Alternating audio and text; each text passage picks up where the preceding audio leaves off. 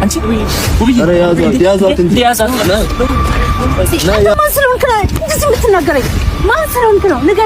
ስርዓት ቢኖርሽ ይሻላል። ባልሽ ነኝ ገባሽ? በአንቺ ውሳኔ እኔም መወሰን ይችላል። ይበቃል። ይቅርታ ብያታለሁ። ይበቃኛል። ከዚህ በላይ ስርዓት የዚህ ሁላ ዞምባ እንዴት ችለሽ ትሄጃለሽ? ሰላም ትገቢያለሽ? እውነት ሰላም ትገቢያለሽ? ይቆጭሻል። ወቂ እሺ፣ ይቅርታ ጠይቀሽ ብትመለሽ ነው የሚሻልሽ። እግሩ ላይ መንበርከክ አለብሽ። እኔ ልንበርከክ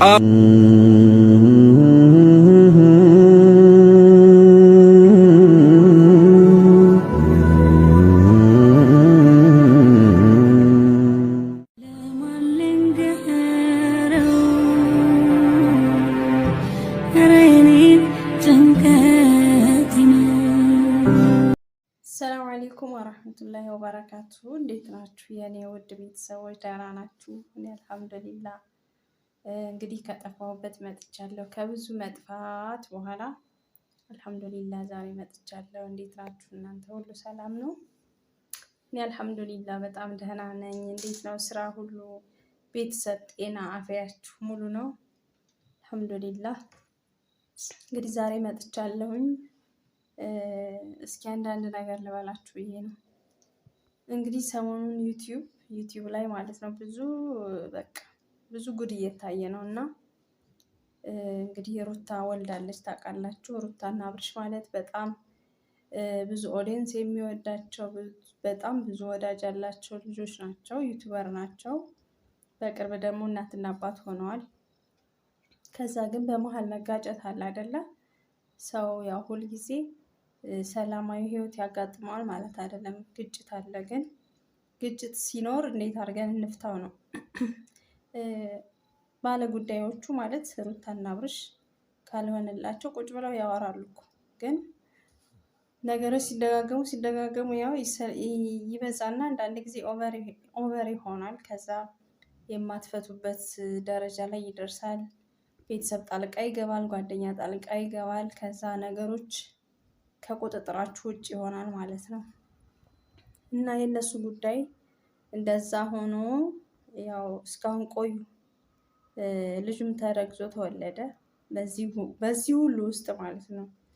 እና በዚህ ውስጥ የማንን ጥንካሬ ያለው መሰላችሁ? የሩታን ጥንካሬ በጣም አደንቃለሁ። በዛ በእርግዝና አለመመቸት ብዙ ውጣ ውረዶች አሉት። እርግዝና ቻሌንጅ አለው እና እርግዝናን የሚያውቅ ያውቀዋል። ያንን ሁሉ ስለዚህ 9 ወር ሙሉን በጭቅጭቅ ባለመስማማት በብዙ ነገር ያሳለፈችው አልሐምዱሊላህ ጊዜው ደርሶ በሰላም ወለደች ማለት ነው። ሰው ከወለደ እንኳን በሰላም መተኛት አይችልም። አራስነትን እኮ እናውቀዋለን እና ምን ያህል እንትን እንደሚል አራስ ማለት መሞሸር ነው። ለታደለ እና ላለለት ማለት ነው። በሰላም ተኝቶ የሚበላበት የሚጠጣበት ከልጁ ጋር በቃ አሪፍ ጊዜ የሚያሳልፍበት ደስታ፣ ለአባትም ደስታ ነው ለታደለ። እነሱ ላይ ግን እየታየ ያለው ምንድን ነው? በቃ ያም ይመጣል፣ ቪዲዮ ደቅኖ ይመጣል፣ ከዛ ትነሳለች፣ በዛ መሀል ጭቅጭቅ አለ በቃ። እና እንደውም ጥሩ ነው የእሷ ራስነት ጥሩ ነው። በጣም አጠንክሯታል አላህ። እና አሁን ላይ ደግሞ ያለው ነገር በእርግጥ ሩታ ጥፋት አለሽ። ጥፋትሽ ምንድን ነው መሰለሽ? በቃ ነገሮችን በራስሽ መፍታት ማለት ብዙ የምታስቀድሚው ነገር አለ። ልጅን የምታስቀድሚ ከሆነ ለልጅ ስትይ ብዙ ነገሮችን መተው መቻል አለብሽ። መኪና ሰርፕራይዝ አረግሽ፣ ወርቅ ሰርፕራይዝ አረግሽ እና ብዙ ምቀኛ እኮ አለ። የማታውቂው ምቀኛ ይኖራል። የተደበቀ ድምፁን ያጠፋ ምቀኛ በጣም ብዙ ይኖራል። ስለዚህ ያንቺን ደስታ ያንቺን የተሟላ ቤት እንዲኖርሽ ትዳርሽ ሙሉ ሰላማዊ ትዳር እንድትኖሪ ከልጅሽ ጋር ከባልሽ ጋር የማይፈልግ በጣም ብዙ ምቀኛ ይኖራል። ስለዚህ መተው ማለፍ መቻል አለብሽ። በቃ እስኪ እኔ ላሸንፋቸው በቃ ስለዚህ ለምቀኞችሽ ስትይ ደስታ መፍጠር የለብሽም። ለነሱ በቃ ምንም ደስታ መፍጠር የለብሽም። እነሱን ማሸነፍ ቁመሽ ጠንካራ ሆነሽ ቆመሽ በቃ እነሱ ማሳፈር ነው ያለብሽ። በዙሪያሽ ብዙ ማለት ወንዶቹም ሴቶቹም አንቺን ሊጥሉሽ ያሰፈሰፉ በጣም ብዙ ሰው አለና እያየናቸው ነው። አብረውሽ ሲበሉ ሲጠጡ በዙሪያሽ ብዙ ሲያሸረግዱ የነበሩ ልጆች አሁን እነሱ ይመስላሉ። በቃ ልጅቷን ፍቅር ያስያዟት። በቃ አንቺ አፍቅሪው ብለው እነሱ ናቸው የቤት ስራ የሰጧት የሚመስለው እና ፕሮግራም አዘጋጅተው በዚህ ልክ ፕሮግራም ተዘጋጅቶ በቃ የምትነግርህ አላት።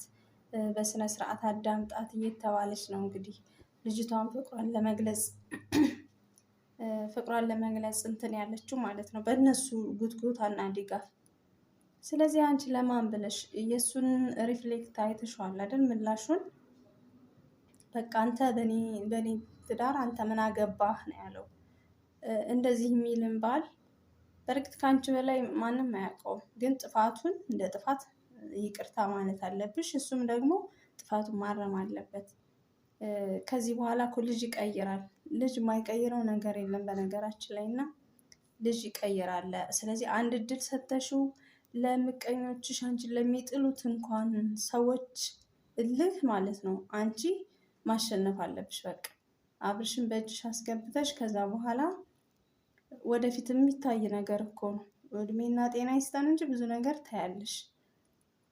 ስለዚህ እነሱ ማሳፈር አለብሽ፣ ማዋረድ፣ ስቀሽ መሄድ፣ ቀና ብለሽ መሄድ መቻል አለብሽ እና ክፍተትሽን አታስቢው፣ ክፍተትሽን አጥቢው። ከሱ ጎን መቆም አለብሽ። እንዴ ለማን ብለሽ ነው?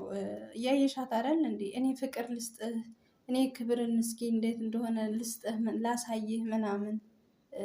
እንደዚህ አይነት ጓደኛ፣ እንደዚህ አይነት ሴቶችን ማሳፈር ማዋረድ መቻል አለብሽ። አይደለም ሴቷን ወንዶቹን ራሱ ማሳፈር አለብሽ። እነዛ ጓደኛ መስለው አብረውሽ ሲበሉ ሲጠጡ አንድ ቤት አብራችሁ ስትኖሩ የነበሩ ወንዶች አሁን ተቀይረው የማትከበርበት ቦታ እንዲትሆን አልፈቅድልህም እስከሚባል ድረስ ማለት ነው። ስለዚህ እሱም የራሱን ክፍተት ይሙላ አብርሽ። በነገራችን ላይ እሱ ነው እንደዚህ ያስደፈረሽ ብዬ ነው የምወስደው።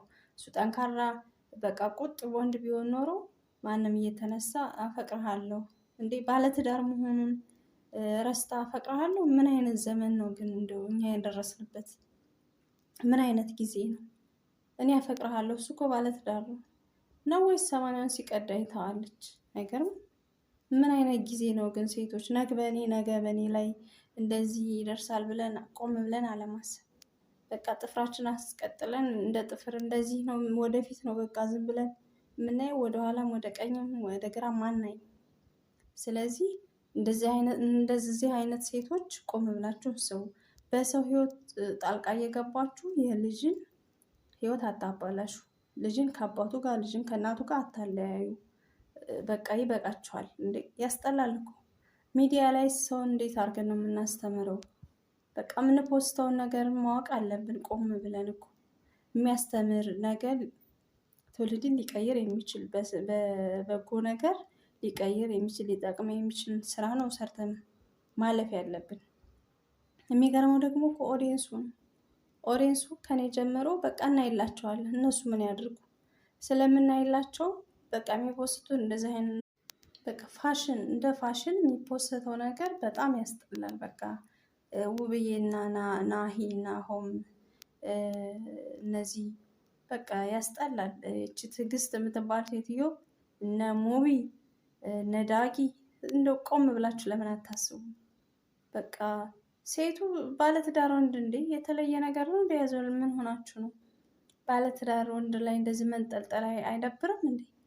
ወንድ እኮ ሞልቷል። በቃ እስኪ ራቅ ብላችሁ ፈልጉ። ወላሂ ያስጠላል።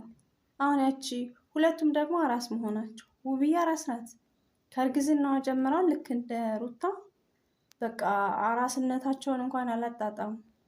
መጨረሻ ውብዬ ምንድን ነው የሆነችው? ሆስፒታል ገባች።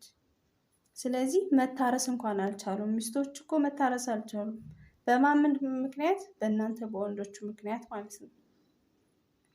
እንዴት ብለው ይታረሱ? እናንተ ዝም ብላችሁ ሱሪ የለበሰችውን ሴት ሁሉ ተከትላችሁ አንጠልጥላችሁ ቤት ማምጣት ደግሞ እኮ አለማፈራችሁ በቃ እንዴ! ኧረ አላህን ፈሩ። ለልጆቻችሁም ክብር ስትሉ ይደብራል ወላሂ። እና እናንተ ዘልዛላ ሴቶች ማለት ነው ሌሎች ሴቶችን አታሰድቡ። ስነ ስርዓት ይኖራችሁ፣ እንደው ስነ ስርዓት ይኖራችሁ። ነገ በእኔ ነው ነገ አንቺ ምን እንደሚያጋጥምሽ አታቂም። ነገ አንቺ ባል በአንቺ ህይወት ላይ እንደዚህ እንደሚያመጣ አታቂም። ስለዚህ በቃ ለራሴ ስትይ ቆም ብለሽ ከባለ ትዳር ወንዶች መራቅ አለባችሁ። እናንተ ከቻላችሁ እንደውም ማለት ነው የበደላችኋቸውን ሴቶች ጉልበታቸው ላይ ወድቃችሁ ይቅርታ ጠይቁ። የሰው ባል እንደዛ 2 ወር 3 ወር እንደዚህ እያጨማለቃችሁ ውጭ ለውጭ ይዛችሁ ይሄዳችሁ ትዳሩን ቤቱን እንዲጠላ ያደረጋችሁ ሴቶች ሚስቶች ላይ ጉልበታቸው ላይ ወድቃችሁ ይቅርታ ጠይቁ። በቃ ይሄ ዘመን ማለት እንደውም አላህ ደህና ይዞናል መከራ ለማውረዱ። ያስጠላል ወላሂ ዩቲዩብን መጨማለቅ ያደረጋችሁት። ስለዚህ በጣም ስሜታዊ ነው የሚያደርገው ወላሂ። እኔ ባለትዳር ነኝ፣ በእኔ ላይ ቢሆን ምንድነው የምሆነው? እኔ እርጉዝ ሆኜ እንደዚህ አይነት ነገር ቢያጋጥመኝ ምንድነው የምሆነው? እኔ ወልጄ አራስነቴ ማጣጣም ሲገባኝ እንደዛ አይነት ቻሌንጅ ቢያጋጥመኝ ምንድነው የምሆነው?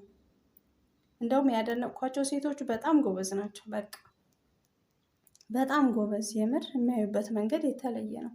እኔ ነገ በቃ ፖሊስ ታመጣለች፣ ነገ እንደዚህ እስለዋለሁ፣ ነገ ፖሊስ ጣቢያ ሄዳ አሳሰረችው፣ ነገ እንደዚህ ያደረገችው ስል በይቅርታ ያ አላህ። የውብዬ ደግሞ የይቅርታ ልብ በጣም ይገርመኛል።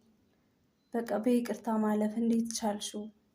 የምር አንቺ በቃ የተለየሽ ሴት ነሽ።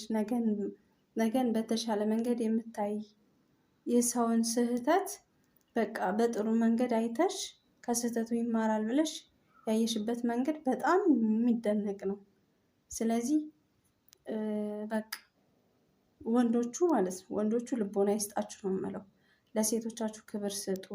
ለነገ ለሚወለድ ለሚያድጉት ልጆች ስትሉ ክብር ስጡ። ነገ እኮ ይህን ቪዲዮ ያዩታልና እንዳታፍሩ፣ አንገታችሁን ትደፋላችሁ። ነገ እርጅና መጥቶ በምርኩዝ ስትሄዱ ይህን ቪዲዮ ልጆቹ ሲያዩ አንገታችሁን ትደፋላችሁ።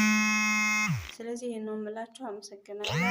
ሰብስክራይብ እያደረጋችሁ አብራችሁን ሁኑ። ሰላም